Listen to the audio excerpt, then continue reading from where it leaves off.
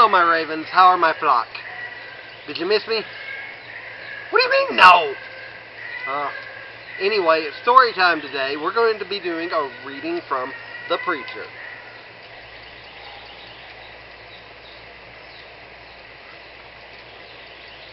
The thick, musty air tickled Jacob Cross's nose as he walked slowly down the dirt road. Wherever he was fairly certain it had recently rained. Where was he? Was he really in this place? Was he dreaming? At one point he was absolutely sure he was dreaming, but then the eerie feeling that you might very well be awake kicked in. Everything in sight emanated an odd glow. His senses had heightened dramatically, and he could actually see the aura of every tree, leaf, and rock in his vicinity. The trees on either side of the road did not branch off into a forest. Rather, they grew close together, so close that you could not fit a piece of paper between their trunks. Their configuration formed an endless wall that threatened to trap Jacob on his current path with nowhere to run. The only place he could possibly go was forward. Being only 23, Jacob was very young to be a pastor of a small hamlet, and overall it was a difficult situation. Even though he consistently preached to a moderate number of people on Sunday, how far his messages actually went, he didn't know. He wasn't too young and he wasn't too old. Nevertheless, the older people considered him too young to take seriously. If they were going to be told how to live for God, it was going to be by someone on a cane with hair as gray as theirs. As for the young people who were gradually going to hell in a handbasket, all they ever did was tell him to stop acting like an old fogey and accept their drunkenness and fornication. The only people who took him remotely seriously was those between the ages of 30 and 40. Getting back to his present time and place, whatever it might be, Jacob had the sense of being followed. Once he thought he heard a step behind him on the gravel, but when he jerked around, he saw nothing. In his mind, some sort of deformed, mutilated, and possibly demon-possessed human being pursued him, howling and clutching a sharp object. Escaping to the woods was not an option. He would have no choice but to run down the seemingly endless path, where he'd most likely be chased down, stabbed 50 times, and suffer an untimely, horrible death. At that thought, Jacob reached behind him to find that he was without his sword and crossbow. Consumed with dread, Jacob slowed his progress. With every step, the sharp pain in his heart grew deeper and deeper. The path had seemed never-ending, but out of nowhere in the distance, the arrow-straight path veered off to the right. Had he come to the end? Had he come to his end?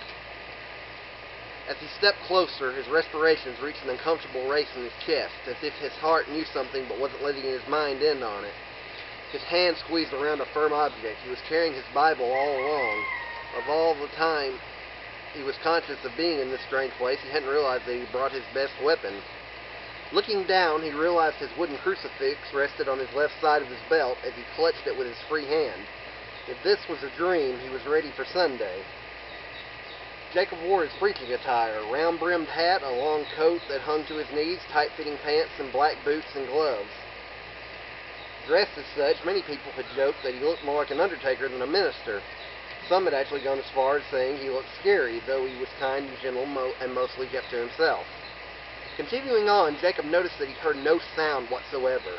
No wind blew through the trees, no birds chirped in their still branches. The only sound that reached his ears was that of the gravel crunching beneath his feet. Jacob reached the curve in the road and stopped dead. He glanced behind him, but still had no memory from where he had come. After thinking twice, he stepped onto the gloomy path.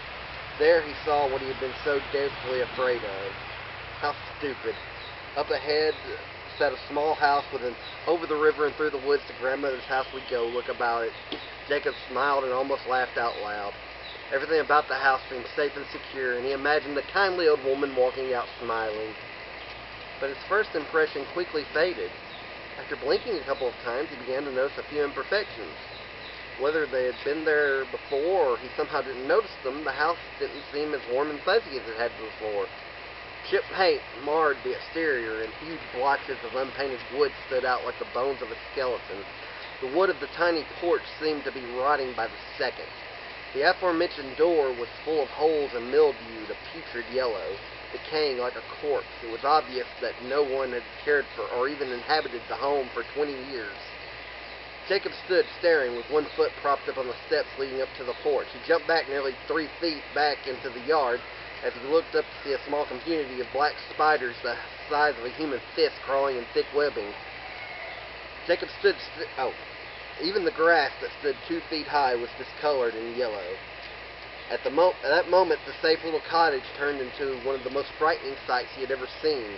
If Grandma did live there, she was inhabited by the devil. By impulse, Jacob raised the crucifix to the empty shell with a trembling hand. All at once, an array of new sounds and scents filled the air around the door. Green blowflies buzzed around in a frenzied dance. At first, the aroma was simply musty, like that of an old basement that hadn't been entered in a month or two. Then it evolved into the most sickening, putrid smell he could possibly imagine. Jacob gagged and balled his hand into a fist and covered his mouth as bile rose in his throat. Going to one knee, he breathed carefully and waited for his stomach to quit turning somersaults. The smell took him back to 3 years ago when he had first come to the village. The previous minister had just died of what he assumed was natural causes and had been looked to as the leader of the community, so naturally Jacob had taken over the former pastor's responsibilities. One day a few concerned citizens came to ask him about an old man that had been missing for 3 days. Jacob asked if any of them had checked his house, and all of them had seemed to overlook the simplest solution. So he and 3 men went to the old man's house. The second they entered, there was no doubt what had happened. The horrifying smell hit them before they walked in the door. One man ran to vomit in the bushes, while the other 2 managed to hang on and go with Jacob deeper into the house, cupping their hands in the masts. When they reached the small living room, they found the old man laid back into his resting chair. He was a gruesome sight, white with his mouth hanging open. He had already begun to decompose in the heat of the summer day. When the second man noticed that the dead man's eyes were wide open and staring at them, he too decided that this was too much to handle. "Oh God!" he yelped and ran to the exit, presumably to join the first. The last man, who obviously had more stomach than his counterparts, followed Jacob into the room. "Don't you think you should bless the body?" he asked. Jacob nodded in agreement and offered a muffled version of the Lord's Prayer. Back in the yard of the ramshackle house, a frightening thought then crossed his mind, and his stomach turned anew. Now, how was he able to remember all of these things? If this were indeed a dream, he had never had one in which he had conscious thoughts of his own memories.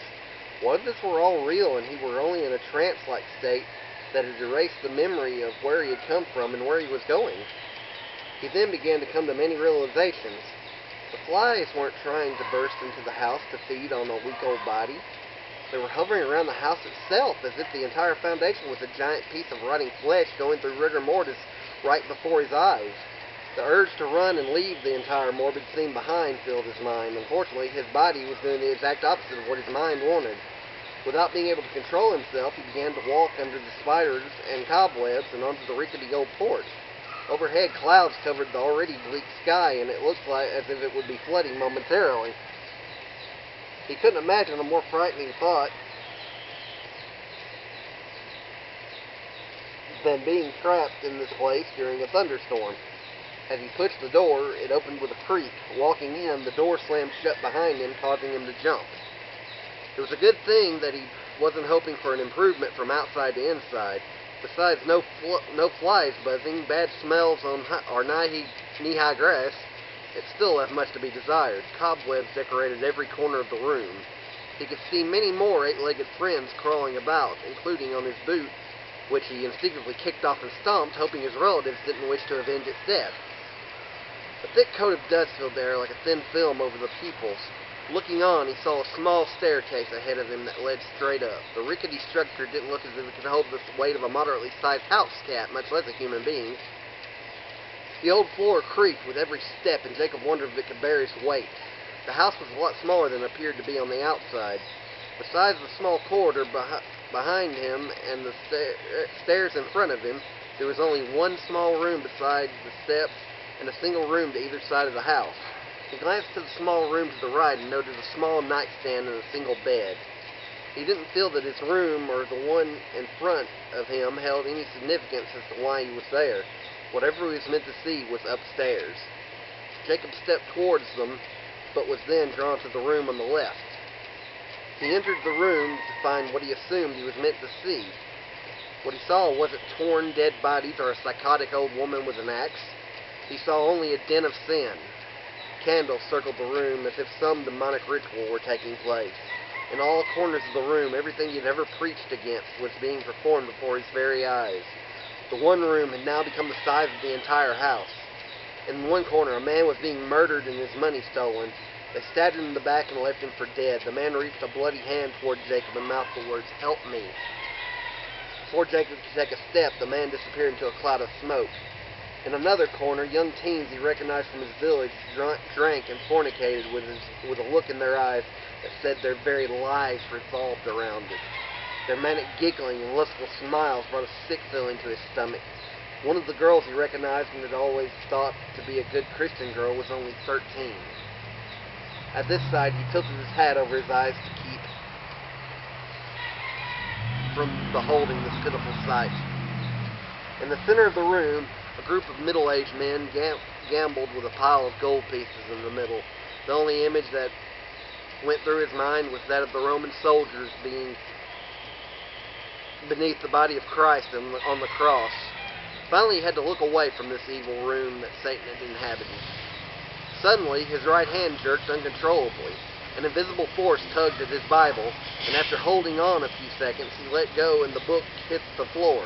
Instantly, the pages began flipping back and forth and stopped on the 5th chapter of Isaiah. Blood then came up from the pages to underline Isaiah 5:20.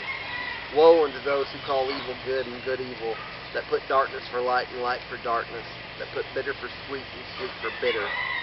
Is this what he was supposed to see? No. There was more to it. Jacob took a deep breath, and he once again was drawn toward the old stairs. The answer lied on the top. One of the center steps had already collapsed, and he continued with caution. In a moment of distraction, Jacob took a heavy step, and a board collapsed underneath him.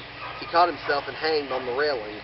Looking down, he expected to see a basement, but saw only darkness.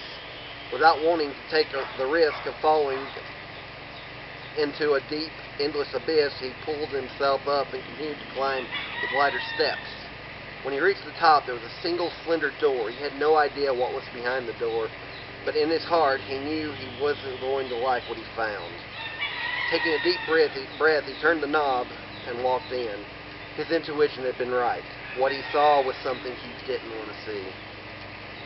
Here in the dust-filled attic was the body of every person he had just seen in the other room, each hanging from his or her own separate noose.